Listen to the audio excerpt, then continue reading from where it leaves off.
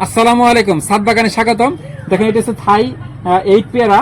এটা হচ্ছে কি আমরা প্রায় 2 সপ্তাহ আগে গাছটির মাটি এবং শিকড় পরিবর্তন করে দিয়েছিলাম। দেখেন যদিও গাছটা আমরা পানিতে ভিজে রাখছি, তারপরে কি হচ্ছে গাছটা কিন্তু আমাদের এখন পাতাগুলো শুকিয়ে গাছটা মারা যাওয়ার অবস্থায় আছে।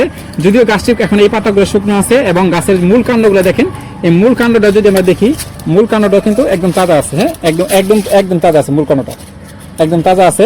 অতএব এই গাছটাকে এরকম যদি অবস্থা হয়, তাহলে আপনাদের এই ক্ষেত্রে গাছটার করণীয়টা কি?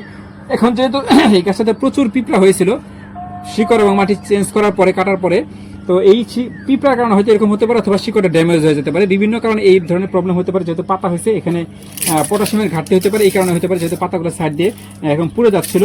তো আমরা এটা কি করব, আজকে আমরা এই গাছটাকে প্রথমে ফার্স্ট এই গাছটাকে বাঁচানোর জন্য আমরা চেষ্টা করবো রিজিক আল্লাহ তাআলার হাতে। তো আমরা এই গাছটাকে ফার্স্ট আমরা করবো কি, গাছটাকে আমরা একটা বড় সড়োভাবে একটা হার্ড পুনিং করে দিব। হার্ড পুনিং করে দিয়ে গাছটাকে আমরা মাটির শিকড় সহ আমরা তুলে আবার পুনরায় গাছটাকে রিপোর্টিং করে দেবো। তাহলে আমাদের প্রথমে কি করতে হবে, আমাদের গাছটাকে একদম হার্ড পুনিং করে, যদি আমাদের গাছটাতে অনেক ফুল ছিল, আমরা যেটা গুটি কলম করছিলাম, তাহলে বিসমিল্লাহ আমাদের কি করবো, আমরা তাহলে এই মূল কাণ্ডগুলো রেখে বাদ বাকি সাইড অংশগুলো কিন্তু আমরা কেটে ফেলবো। বিসমিল্লাহ, এখানে বিসমিল্লাহ বিসমিল্লাহ বিসমিল্লাহ। এই আমরা কিন্তু এই গাছগুলো কেটে আমরা এইভাবে কেটে ফেলবো। আমাদের এই আমরা কি করবো, মূল ডাল অংশগুলো রেখে দিব, মূল ডালগুলো রেখে আমরা এইভাবে কেটে ফেলবো। হ্যাঁ, যেহেতু আমাদের এখানে ক্রস ব্রাঞ্চ অনেকগুলো ছিল, আর এটা আমাদের তখন এই হার্ড পুনিং করার ইচ্ছা ছিল না। কেন? কারণ আমরা এখান থেকে অনেকগুলো গুটি কলম রাখতে চেয়েছিলাম, যে আমাদের যাতে পরবর্তীতে আমাদের কিছু চারা উৎপাদন হয়, এর জন্য আর কি। তো আমাদের যেহেতু এটা হয়নি, দেখ এই গাছটা দেখেন একদম পরিপূর্ণ সুস্থ আছে, কিন্তু এইটাতে কোনো ড্যামেজ হয় নাই। অতএব আমাদের দৃঢ় বিশ্বাস যে এখান থেকে আল্লাহ তাআলা রিজিক অবশ্যই ভরপুর করে দিবে। হ্যাঁ, তো যেহেতু একটা সুযোগ হয়েছে, হ্যাঁ, এইভাবে আমরা কিন্তু গাছটাকে প্রুনিং করে একদম জিরো সাইজ করে ফেলছি। হার্ড পুনিং কিন্তু এখানে আমাদের পাতাগুলো এখানে কিন্তু আছে, সমস্ত ডালগুলো।